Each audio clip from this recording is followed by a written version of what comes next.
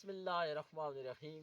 میں ہوں مدثر راجپوت اور میں آپ کو ایک انٹرسٹنگ واقعہ جو سنانے جا رہا ہوں وہ ہے جناب جنوبی افریقہ کے جو سیاہ فام صدر تھے جناب نیلسن منڈیلا صاحب۔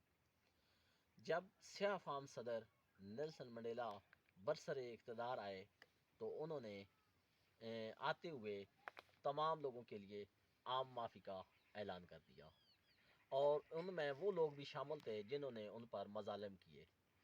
تو اس وقت کیونکہ وہاں پہ گوروں کی حکومت تھی، وہی بیوروکریٹ تھے، وہی جنوبی افریقہ کی ساری ٹیمیں جی وہ گوروں والی تھی، تو وہ لوگ، وہ کھلاڑی، وہ پلیئر ملک سے بھاگنے لگے۔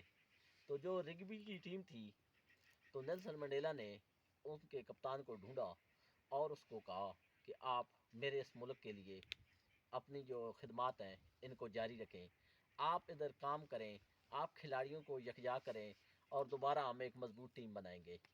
تو انہوں نے تمام 11 کھلاڑیوں کو چنا، اور پھر کیا خوبصورت وہ لیڈر ہے، کیا خوبصورت ان کی سوچ تھی۔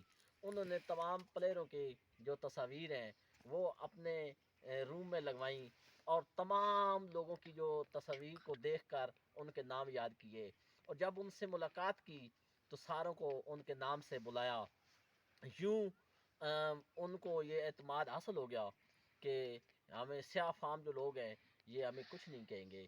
تو انہوں نے پھر زبردست کام کیا کہ گاؤں گاؤں، شہر شہر وہ پوری ٹیم، رگبی کی جو ٹیم تھی وہ کھیلتی، اور لوگ آہستہ آہستہ ان کے ساتھ شامل ہوتے، اور یوں 3-4 سال کے بعد رگبی میں جنوبی افریقہ چیمپئن بن گیا۔ یہ ہوتا ہے لیڈر کا ویژن، یہ ہوتا ہے لیڈر کی اعلیٰ سوچ، یہ ہوتی ہے جی کامیابی کی کنجی۔